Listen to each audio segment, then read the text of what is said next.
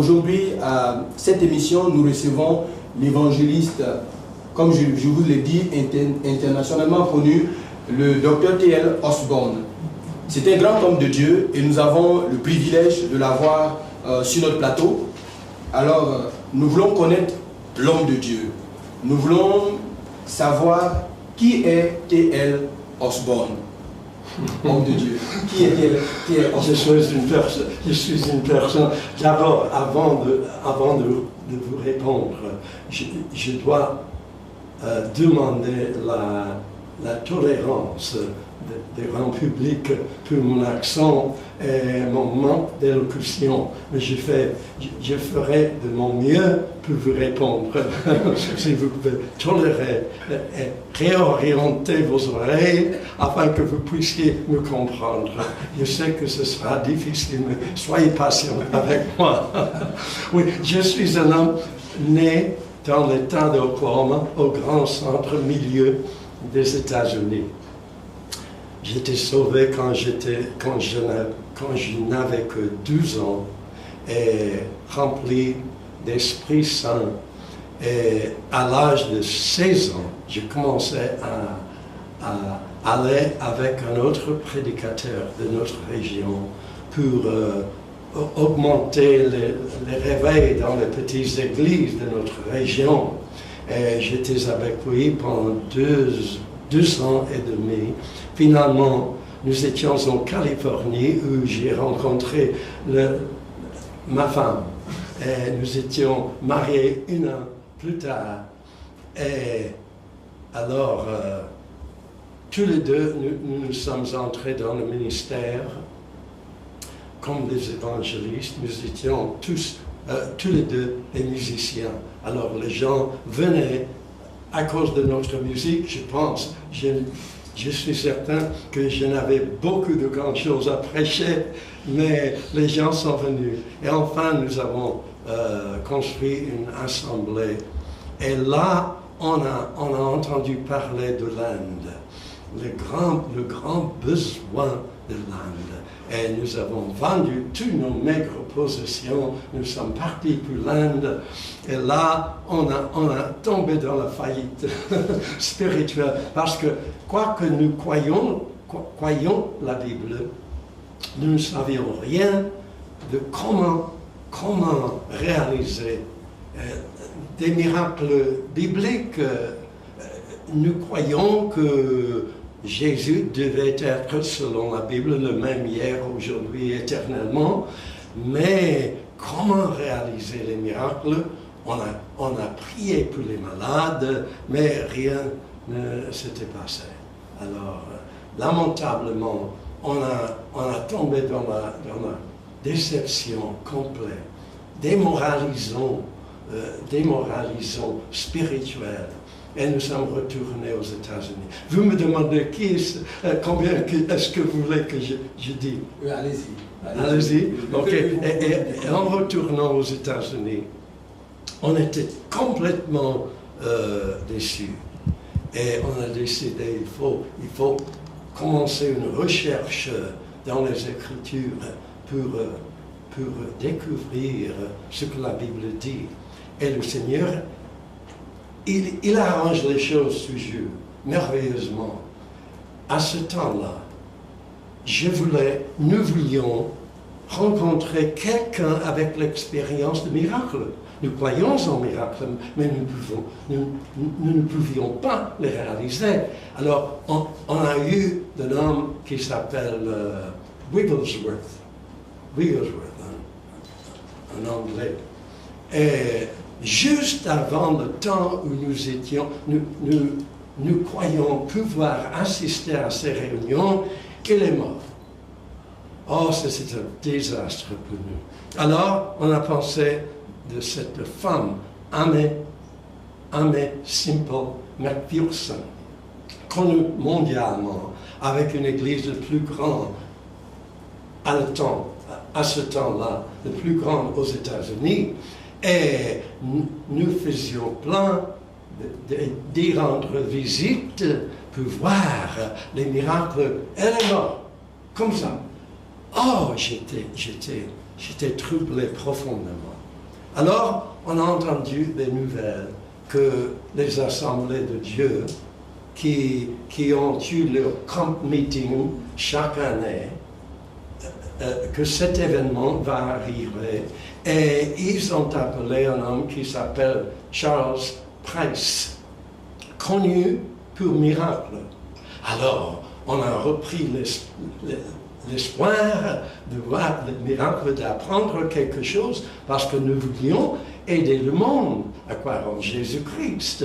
Ça, c'était notre but dans notre ministère. On a réalisé que l'échec en Inde. Alors, le frère Charles Price va être le conférencier de cette camp meeting. Une semaine avant cet événement, il est mort. Je me suis allé à l'église où j'ai tombé face contre terre toute la nuit en priant Dieu, qu'est-ce que je peux faire pour trouver quelqu'un qui peut m'instruire, m'aider à comprendre les miracles. Et alors, il m'avait dit qu'il y aurait une femme qui s'appelle Hattie Hammond, pour la conférencière. Et elle est venue. Je ne savais rien d'elle, mais je croyais que ça c'est mieux que rien. Alors, nous y sommes allés. Elle était précieuse, elle était forte, elle était une femme de Dieu, comme n'importe quel homme. C'est pour cela que je crois dans l'autorité, le ministère des femmes dans l'Évangile. Quoique je suis certain que beaucoup de gens ne sont pas d'accord, ça va. Mais elle a prêché un sermon sur le sujet. Si vous jamais voyez Jésus, vous ne pouvez jamais être le même. Je ne sais pas si j'ai bien dit ça. If you ever see Jesus, you'll never be the same. Si vous voyez Jésus, vous ne serez plus jamais le même. Voilà. Et nous étions en larmes parce que notre cœur cherchait la réponse aux besoins du monde. Nous sommes retournés chez nous en pleurant, en priant. Et le prochain matin, à 6 heures exactes, Jésus-Christ entrait, il marchait dans notre chambre. Je l'avais vu comme je vois n'importe qui. On ne peut jamais décrire l'excellence de sa présence, la gloire de sa présence. C'est impossible de le décrire, spécialement avec ma français limitée. C'est impossible. Mais j'étais comme paralysé. Je ne pouvais bouger le petit doigt. Rien. Et de l'eau coulait de mes yeux, quoique je n'étais pas conscient de pleurer. Personne ne peut imaginer la présence, la puissance de Jésus-Christ. Alors, après un long temps, je me suis trouvé face contre terre. C'était à 6 heures. Et je restais là jusqu'à 2 heures, 14 heures l'après-midi. Et quand je suis sorti de cette chambre, j'étais un homme nouveau, comme né de nouveau. Et ça a été le commencement. J'ai eu cette vision de Jésus. 3 autres visions suivi cette expérience. Est-ce que j'ai le temps de dire? Oui, allez-y. Oui. Le prochain. Après cette expérience, on m'a dit qu'un homme est venu dans notre ville avec le don de guérison. C'était un homme très précieux, remarquable, loin de Dieu, puissant dans la prière et simple dans sa présentation de l'Évangile. Alors, nous avons décidé d'y aller. Oui, alors nous y sommes allés. Une auditorium de 8000 places. C'était immense, 3 balcons. C'est un petit de stature, simple mais fort dans la foi. Quand je le regardais en prêchant simplement l'évangile, j'étais impressionné parce que mon cœur brûlait de désir de pouvoir présenter Jésus d'une manière que les gens peuvent croire. Enfin, il a terminé. Il y avait beaucoup de gens qui se sont avancés, qui s'étaient avancés pour accepter le Seigneur. Et alors, il a commencé de prier pour les malades. Et pour la première fois, j'ai vu des miracles instantanés, là devant mes yeux. Ça, c'était ce que je voulais connaître. J'étais élevé. Une petite fille s'approchait de lui, sourd, muet, née, sourd et muette, la petite fille. Et il a prié une simple prière. Esprit sourd et muet, je t'adjure, quitte cette femme et n'y rentre plus jamais. Il ne parlait pas. Il ne faisait pas de bruit. Excusez-moi, j'étais un pentecôtiste qui croyait que plus de bruit, plus c'était la puissance, la pouvoir. Je pouvais faire du bruit, mais pas de miracle. Alors, ça m'étonnait quand il priait cette simple prière. Et le petit était guéri complètement. Nous sommes retournés de nouveau en pleurant. Et nous sommes assis devant une table avec nos Bibles. Quand j'ai vu cet homme, j'ai eu la deuxième vision. J'ai vu Jésus dans une personne. Alors, on a ouvert nos Bibles, on a commencé à sonder les Écritures, et nous avons trouvé des versets que nous n'avions pas été au courant auparavant. Quoique nous lisions la Bible chaque année, ensemble. Mais on a manqué. Comme Saint Paul, il pouvait citer tous les psaumes, tous les livres de Moïse, tous les prophètes, mais il manquait de voir Jésus dans tout ça. C'est bien possible que nous pouvons porter notre religion comme un vêtement et manquer la vérité, la vérité simple de Jésus-Christ. Alors, j'ai vu Jésus dans cet homme. En cherchant la Bible, nous avons vu Jésus dans la Bible. Il parlait à nous. Nous étions ses disciples à l'époque-là. Il a dit ces choses à ses disciples de l'époque-là, biblique, mais maintenant, c'est nous qui étions ses disciples. Alors, il parlait à nous. Nous commençons à accepter ces vérités pour nous, personnellement. Et en faisant ça, on a vu Jésus dans la Bible, dans les Écritures. Alors, nous sommes décidés à inviter les malades. Et ils ont rempli notre petite église, les gens étaient partout, et je prêchais peut-être plus ou moins bien, parce que les gens, ils me croyaient, et alors, beaucoup de gens se sont avancés pour...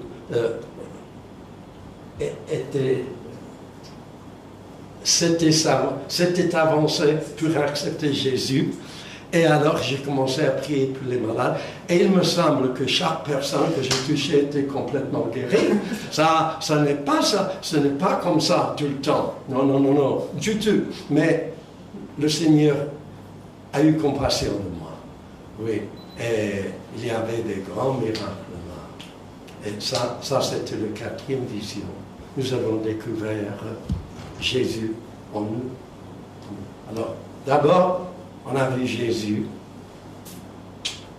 dans une vision. Deuxièmement, Jésus dans un homme. Troisièmement, Jésus dans la parole de Dieu. Et quatrièmement, Jésus en nous. Ça, c'est l'important. C'est cette vision, cette révélation, cette découverte qui nous a plongé, nous a catapulté dans un ministère international. Ça, c'est le télélancement. Excusez la longue discussion, la longue réponse. C'est extraordinaire d'écouter cet homme de Dieu qui, au travers de son ministère, a bouleversé le monde. Et à 77 ans, cet homme continue toujours de parcourir le monde, de parcourir les chemins, de voyager en répandant la bonne nouvelle du royaume. Et docteur, vous étiez récemment à Brazzaville et à Kinshasa. Est-ce que vous pouvez nous donner brièvement quelques témoignages de cette tournée d'évangélisation dans ces deux pays, pendant que nous savons que ces deux pays de cette partie de l'Afrique connaissent des moments difficiles en ce moment. Pouvez-vous nous donner quelques brefs témoignages, un bref témoignage de votre séjour à Brazzaville et à Kinshasa?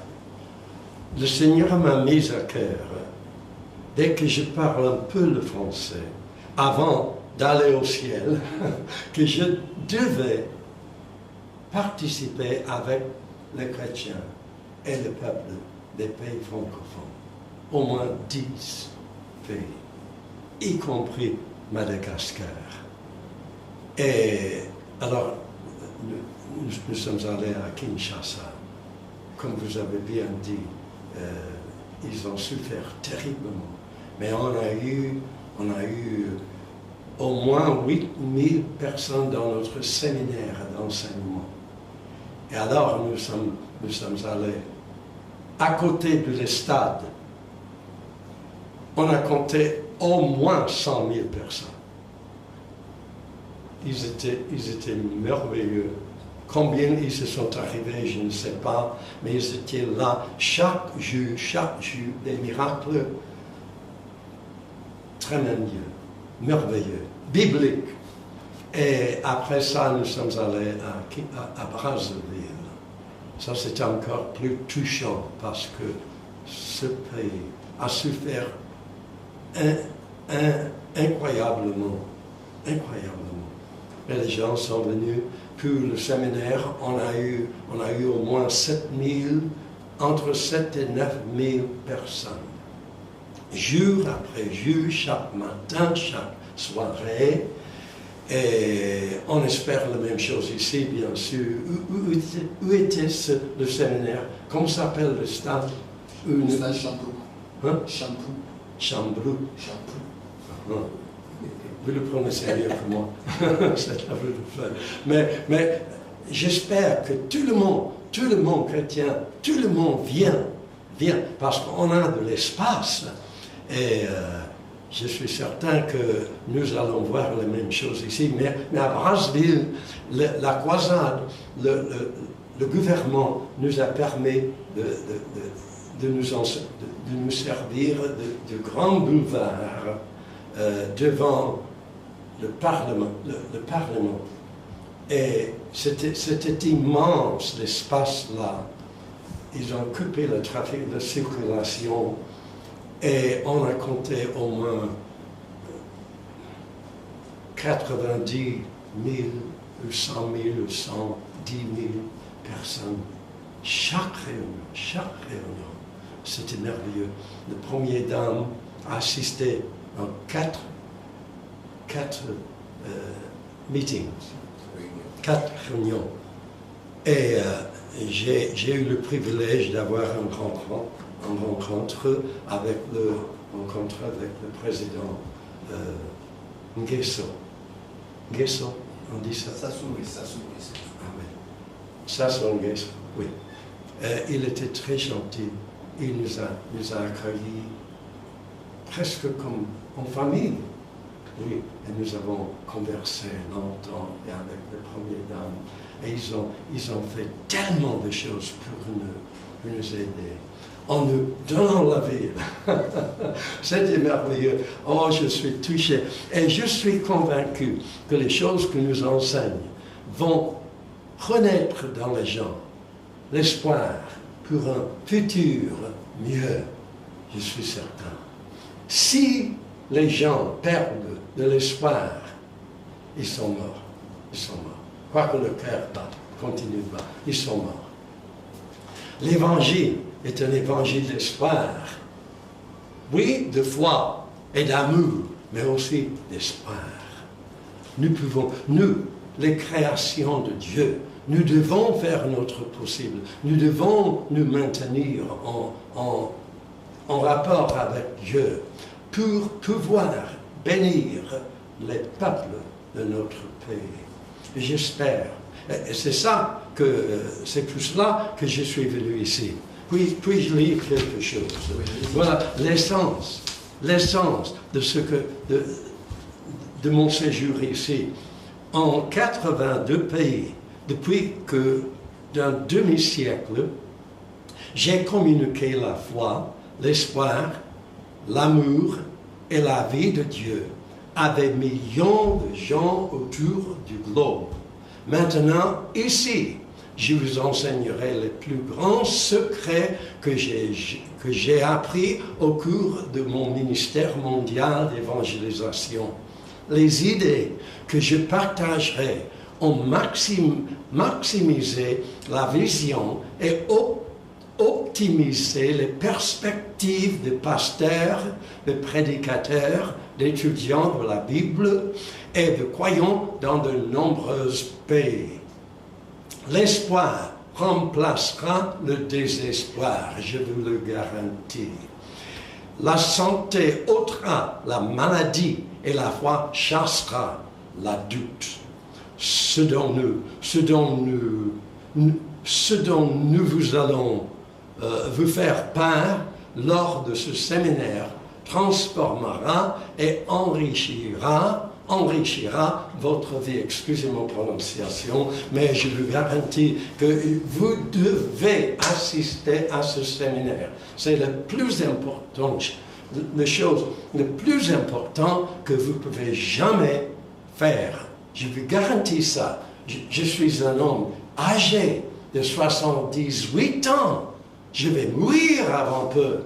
Mais je suis ici parce que je n'aime pas voyager. Je n'aime pas les avions. Je suis ici pour vous partager les vérités les plus précieuses que j'ai jamais appris dans ma langue ministère.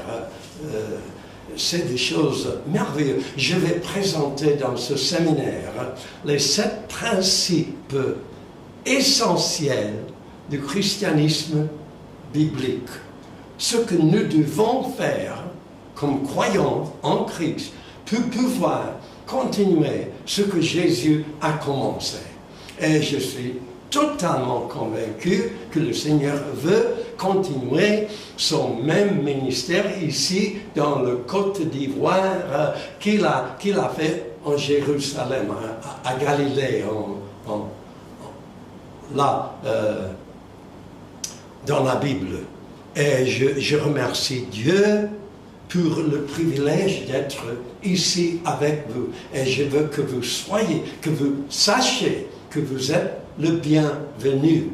Il y a de l'espace, on a un stade, et chaque jour, matin et après-midi, ou soirée, je ne sais pas exactement les heures, mais matin et soirée, oui, nous enseignerons ces 7 leçons.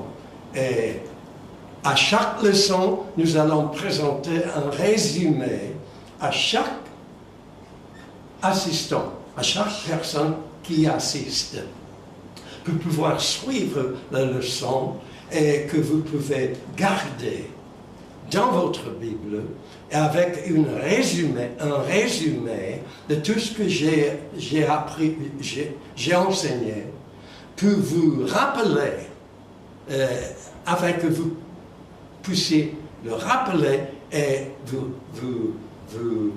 intégrer dans votre esprit les pensées principales, les principes essentiels. Alors c'est vraiment une occasion merveilleuse. Nous avons amené des livres, le plan d'amour de Dieu. Quel trésor l'amour de Dieu. Je crois dans l'amour de Dieu. Il y a beaucoup de gens qui prêchent la condamnation, prêchent l'accusation. Je ne crois pas en ça. Je crois que Dieu nous aime tels que nous sommes. Oui, gloire à Dieu. Et le livre, La vie comblée, ça, c'est le trésor. J'ai écrit ça comme un petit écho biblique. Il y a tellement de trésors. Un chapitre a plus de 100 faits de la guérison divine. Un autre chapitre, il y a 53 chapitres, mais un autre chapitre contient 52 faits de comment être chrétien. Et aussi un chapitre avec les 18 principes de la foi chrétienne. Très important. Et enfin, 7 pas pour recevoir Jésus. Ça, c'est merveilleux. Que Dieu vous bénisse. Et quand vous venez, venez avec foi. Croyez que le Seigneur qui a fait des miracles au temps biblique, il reste le même. Il est le même hier, aujourd'hui, éternellement. Il est le même en Abidjan qu'il était à Jérusalem. Soyez-en certains. Que Dieu vous bénisse. Je veux partager avec vous. Ça, c'est mon but d'être ici. Pas pour voyager, non, mais pour vous aider. Gloire à Dieu.